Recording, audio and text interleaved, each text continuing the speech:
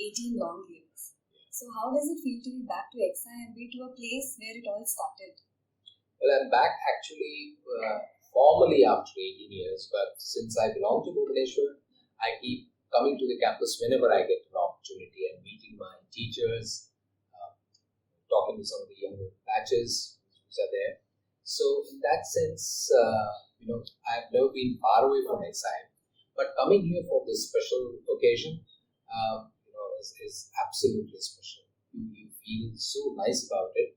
Meeting people who passed out earlier and coming back is an experience in itself.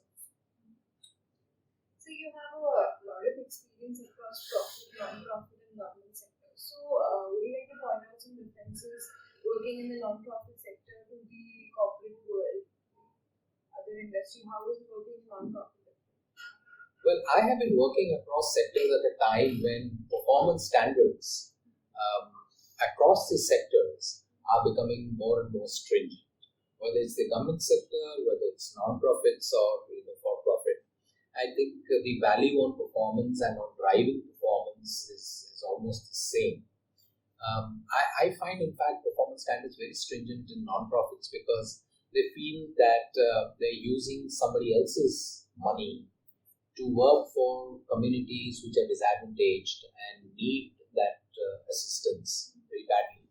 So it's very impact driven out there in the non-profits. So also in the government sector, you might think that government people have it easy and take it easy, but that's not the case. The government has very strong standards of monitoring performance, and they do it very rigorously.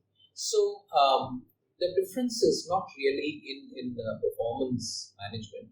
The difference somewhere I have felt is in motivation of people to work in these sectors. That varies somewhat, but I guess those differences exist even within the sectors also. That is about it. But otherwise, I think it's been very enriching working for these three sectors and getting to learn about the work in these three.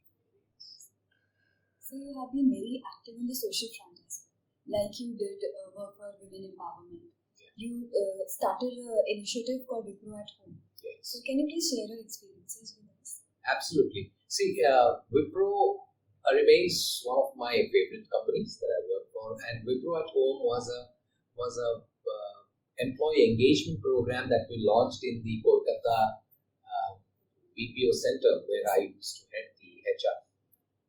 We found that the attrition rates in Calcutta for BPO employees was very high, and we were constantly being badgered because of that.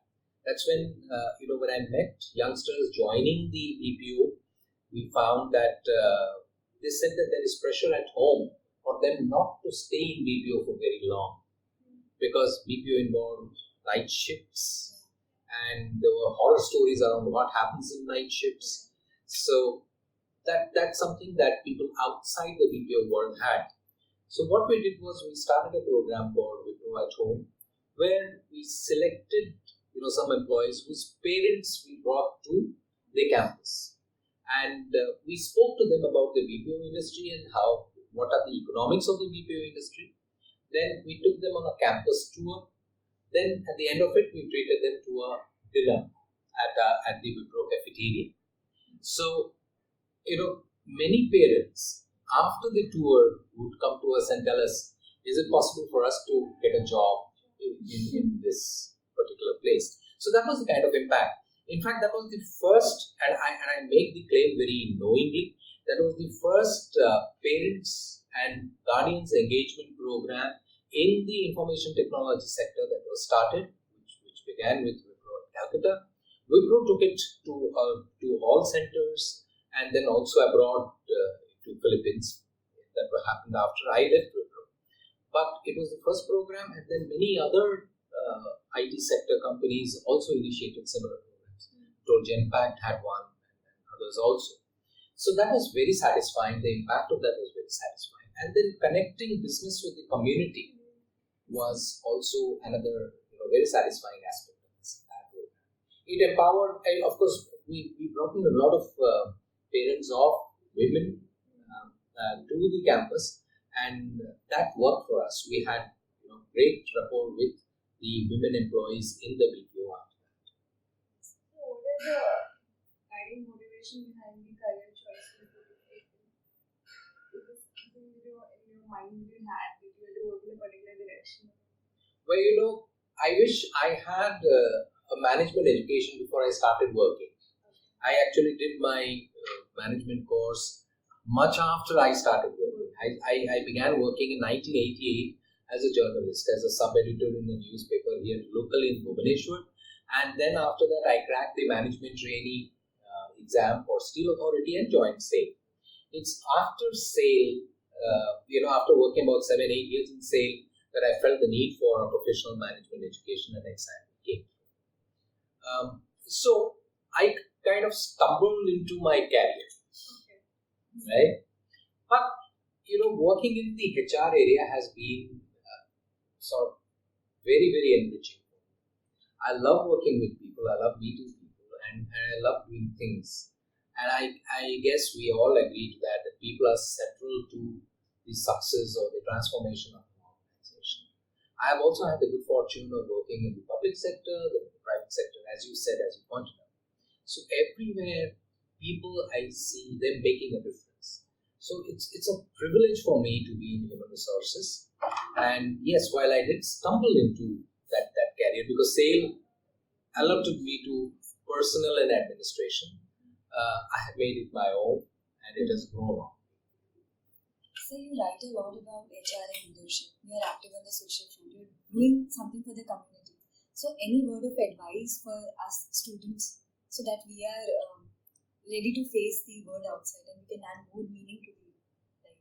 Oh, absolutely. If there's one advice I need to give you, and I have discovered the value myself after going through long part in my career, is that I think you should write. You should write about your experiences. You should write about what you feel is right and wrong. If not for broadcasting it over social media or any other forum, for yourself, you'll find that it makes you a better career person. Because, when you write, you document your successes as well as your failures. And it's a record for you. Most of us, put it in our minds and after a while it's forgotten and it's gone. So don't do that. The reason I blog or I write is to put things on record on my feelings. For example, I have been writing against, of course you won't know about that because you are not studying HR, but I write against something called the bell curve in performance assessment. Yes. I have seen the bell curve in operation in various organizations, and I'm extremely unimpressed with what the bell curve does to people during performance management. I would like organizations, and they are moving into that, I'd like them to move into more real-time feedback, assessment, rewards, promotions, which would happen real time, and not at the end of a year where you need to grade people. It could so happen that everybody in your company is brilliant and they're doing a good job, or everybody is a dud also. I'm taking two extreme examples. In that case, the company needs to face up to it and allot budgets for rewards for that accordingly. But definitely, bell curve has been something that I'm against. So that's something that has come up during my experience, and I put it on record, and I work on those aspects. Gradually, companies have moved away from that, and they moved into more dynamic, fluid HR systems, and that's going to benefit all of you as you get into careers. So who was your favorite professor?